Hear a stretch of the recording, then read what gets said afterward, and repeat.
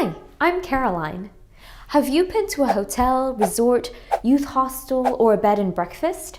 Have you ever wondered who manages these lodgings?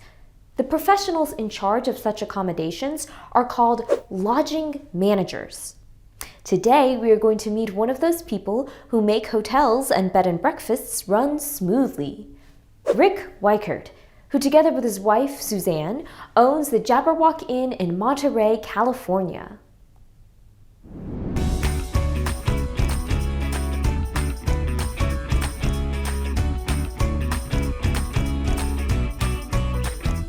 As a kid, Rick was outgoing and, as he admits, not the most hardworking student. What did you love to do as a kid? As a child. So I was fairly gregarious as a child. I played a lot of soccer, did a lot of skateboarding. Grew up in New Orleans, so a different environment than Monterey, of course. I wouldn't say I was the most studious child in the world. I liked school, but I liked to read, but the actual studying part wasn't my favorite. And actually I think that's kind of why I'm in the business I'm in. It doesn't require you to be, you get to get out and talk to people and kind of fits my personality a little bit better than just being in an office all day. Once Rick figured out that he wanted to work in the food and beverage and hotel management business, he made a plan for his life. My plan kind of from early on was to be a food and beverage director at 30, a general manager at 40, and to get out of the big box business at 50. And so I bought the inn at 49 years. Even though Rick had the goal of becoming a food and beverage director at the age of 30, he followed the advice of a trusted mentor and started working at the front desk. And it was a great experience because if you haven't worked with people all your life, the front desk is a way to train you to be able to handle all sorts of people. His stint at the front desk also helped Rick decide whether a career in lodging management was the right path for him. So it was a great way to determine quickly whether or not this was going to be the right business for you. Rick drew the attention of managers through hard and diligent work and started to build connections that led him to interesting places. So I progressed pretty well and made a name for myself with the managers. After continuing his education and finishing a 2-year management program, one of his food and beverage managers helped him transfer to the Intercontinental in Geneva for 13 months. Not bad. During this time, Rick worked hard as a cook and shift supervisor in the hotel restaurant. In his free time, he became acquainted with Swiss culture and traveled throughout Europe. An interesting time there. The Swiss, of course, watch their clocks very carefully and count their hours. And so I determined pretty early on that I could work a 10-day week. And that would get me 5 days off in a row. So we got to do a lot of traveling through Europe while we were there. Back in the US, Rick continued to follow his life plan and became first assistant director and then director of banquet operations at the Intercontinental Hotel. Which was a lot of work and a lot of fun. Another, high-paced, it had, 30,000 square feet of meeting space.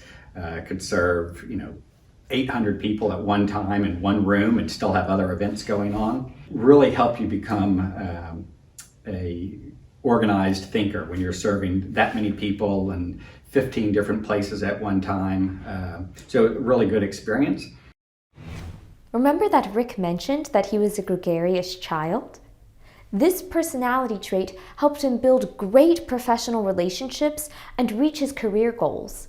A friend called him and suggested that he apply for the position of a food and beverage director at the Embassy Suites.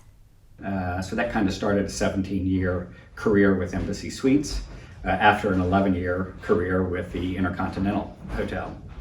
And so I went from food and beverage director with Embassy Suites to a hotel manager position.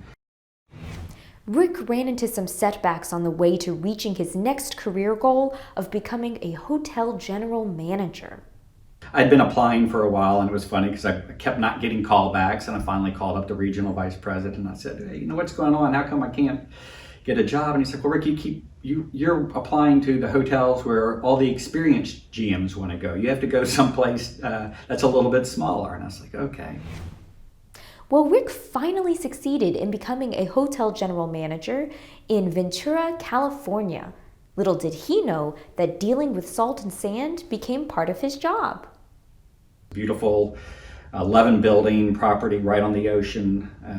So very interesting running an oceanfront property because they have all sorts of additional needs with saltwater deteriorating buildings. It's kind of a constant work in progress, and sand that everybody brings in. Anyways, it was a lot of fun. Rick's early days at the front desk, where he learned to deal with many types of people, proved a boon to him at this stage in his career.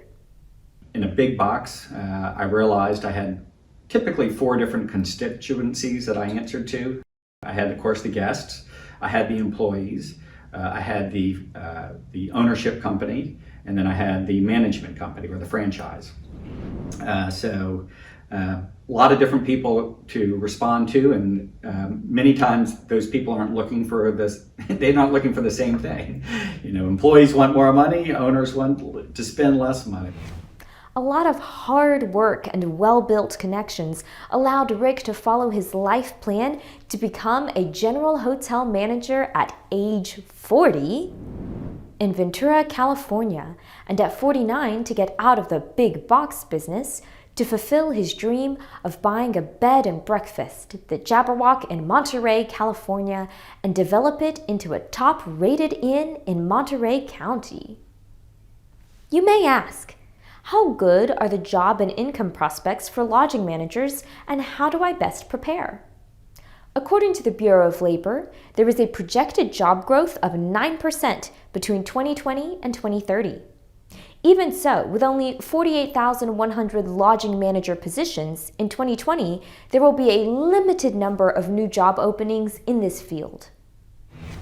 The median income for lodging managers in 2020 was $56,670, well above the median income of $41,950 for all occupations.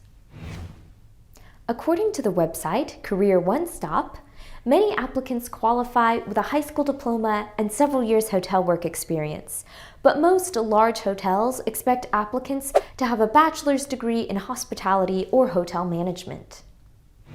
In order to be successful as a bed and breakfast manager, Rick emphasizes that you need a good business plan. His many years in the big box hotels helped him develop strong business skills. Just like with any business, you have to, first off, you have to make sure you know how you're going to make money at it. During his whole career, Rick remained an open-minded learner. One thing I always learned, the more I knew, the more I realized, the less I knew. There was always much more to learn as you kind of progress.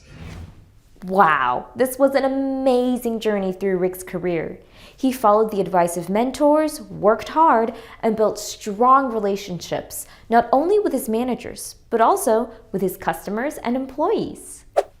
Thank you, Rick, for taking the time to share your professional life with us. Hey.